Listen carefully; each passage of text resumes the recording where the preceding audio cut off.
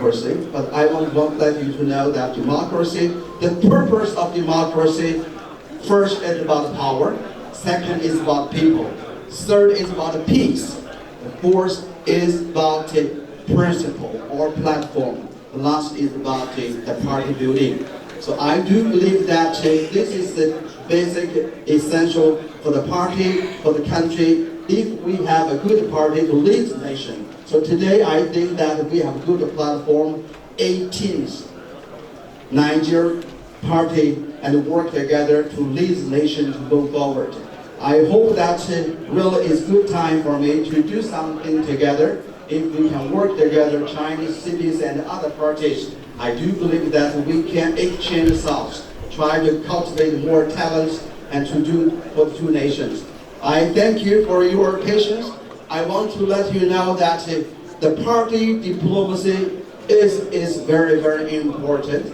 I do hope that Nigeria democracy could have your indigenous way. I do believe that in the coming years, that two parties, big parties, can work together to do big things. I thank you for your patience. Thank you, Mr. Chairman. Let me use this opportunity to thank all our partners in the EU who provided part funding for the organization of the sessions that started yesterday. Let me also thank our domestic and national partners. And so those of you who are in the various political parties, you must ensure that we don't return to the old dark days where we had authoritarian rule of this country. Let me also ask all members of IPAC to serve as a voice of Nigerians. As you walk towards the 2023 elections, we urge you all to ensure that we have free and fair elections, to ensure that we have, of course, credible ones, ensure that we have a violence-free elections. After 2023, what do we do? What should your parties do? We do not want you to remain stagnant administratively or remain stagnant structurally. We want you to build your parties. We want you to enlighten people that are your members. We want you to bring more people into your fold. So on behalf of the Board of Trustees, the President, management and members of the Media Network Organization, I sincerely congratulate the National Institute for Policy and Strategic Studies, the Inter-Party Advisory Council, for this hosting of this year's annual summit of political parties and stakeholders here in Abuja, the nation's capital. Our deep appreciation indeed also goes to the European Union for its huge support, which has made this occasion possible. The challenges this conference seeks to tackle are very germane to the sustenance of democracy. The boldness and forthrightness of the organizers in bringing these issues to the front burner is highly commendable. The Nigerian youth have come under the auspices of Yome to develop an app, which app essentially addresses all the problems that this seminar or this conference is tackling, talking about vote buying and everything about electoral malpractices, talking about voter apathy, talking about the need to cultivate peace, talking about the need to allow people to choose the candidate they want to vote for. Political parties, elections, and the consolidation of democracy, emerging issues, and needed interventions in Nigeria. Well, let me, before I go on, sincerely congratulate the IPAC leadership for its exemplary leadership and shared determination to promote inter-party harmony, electoral reforms, peaceful elections, and entrenchment of democracy in Nigeria. Let me state that in putting this paper together, the question that came to my mind was, what does my audience want out of this team? And the answer I could find is that the team should discuss the role of political parties and electoral processes in ensuring the following essence and substance of democracy. 1, that democracy must be a system of government chosen by the people themselves. 2, the system of government must be operated by the people through structures and institutions. 3, the system must aim and work for the people to whom sovereignty belongs.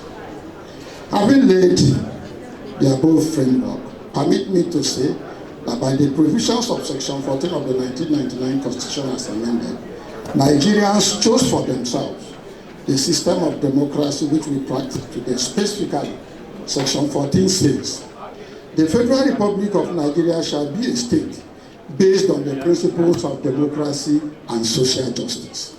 It is important for us to know and carefully note clearly that what the framers of this section of the Constitution actually have put forward before us is that there is a difference between democracy and social justice. And they are not only asking for democracy, they are asking for democracy and social justice. So this is to say, as we can see, as we shall see going down, that whenever you do only democracy without supporting it with social justice, you will leave a gap that eventually will threaten the system. And we are at that point in our national history today. I am sure that the challenge in our hands today is that our democracy appears to have failed the people, as it appears that sovereignty no longer belongs to the people. In my discourse, therefore, I shall concentrate mainly on one of the institutions of our democratic process, i.e. political parties.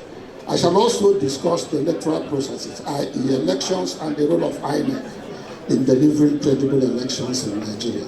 Nigerians must be at ease that the BVAS technology is not just a secret only known to INEC. It must be known to all that BVAS cannot be manipulated. So, what am I saying? It is not enough for us to say INEC now has a new technology that cannot fail, and it's only INEC that knows the secret. No. In developed world, you will subject that to technology to a third-party evaluation. Then the third party will confirm that this is the structure of this technology and that it cannot be manipulated. So it is not just enough for INEC to say, okay, our technology is working. Nigerians must be convinced that under no circumstances must you manipulate the BVAS. But so far, so good. They had worked in the last 2 states, but we pray it will work in 2023. Now, having looked at all the institutions, the progress made, and their responsibilities, what are the emerging issues and the needed interventions? I'm rounding up.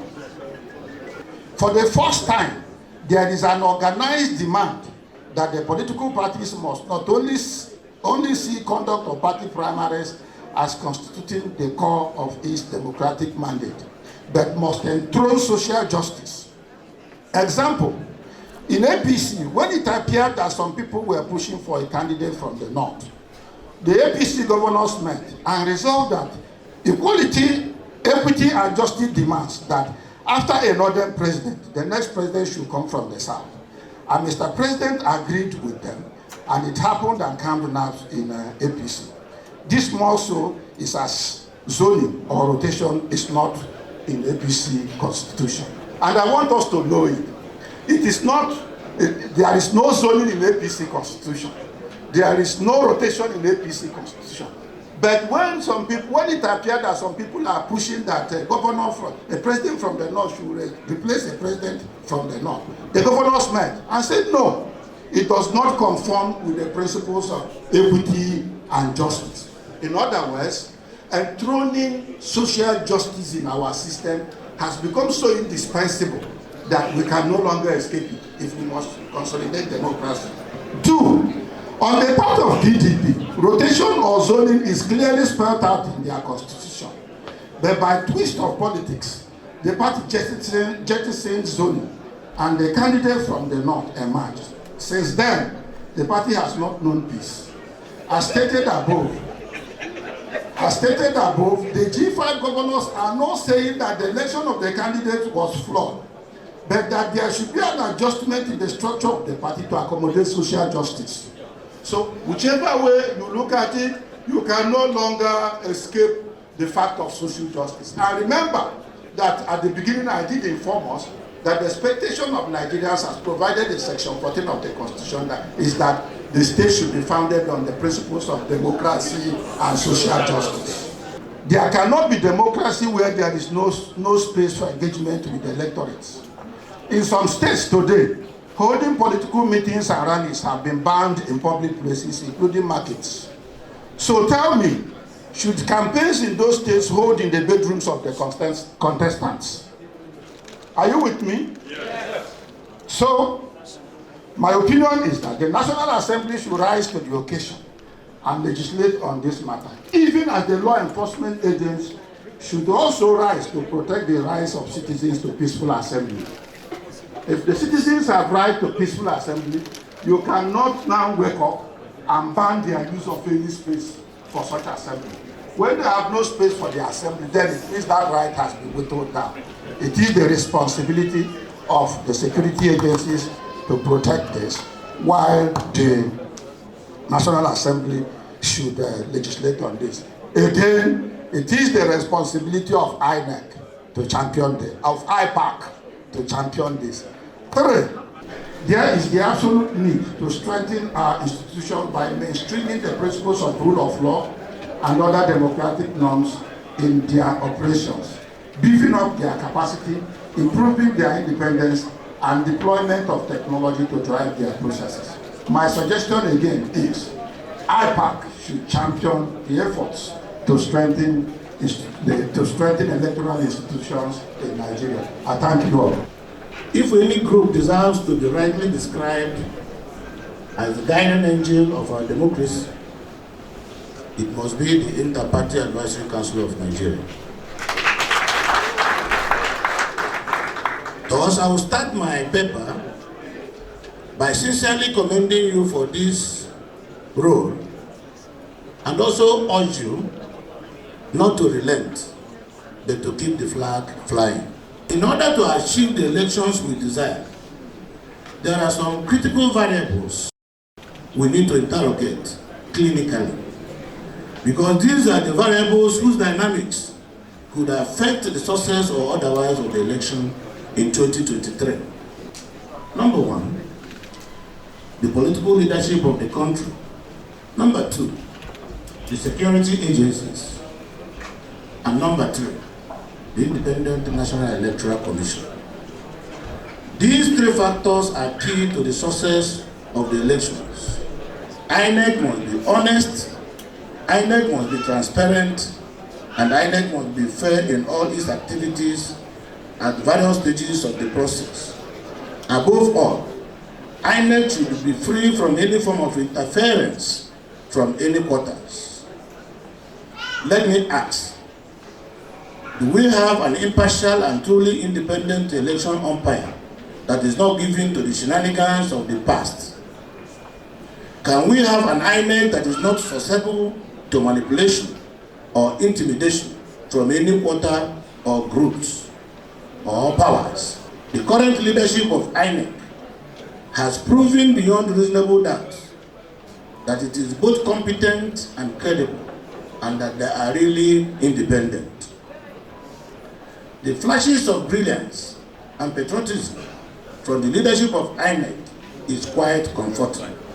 Therefore, in my opinion, I think the country is ready for the election.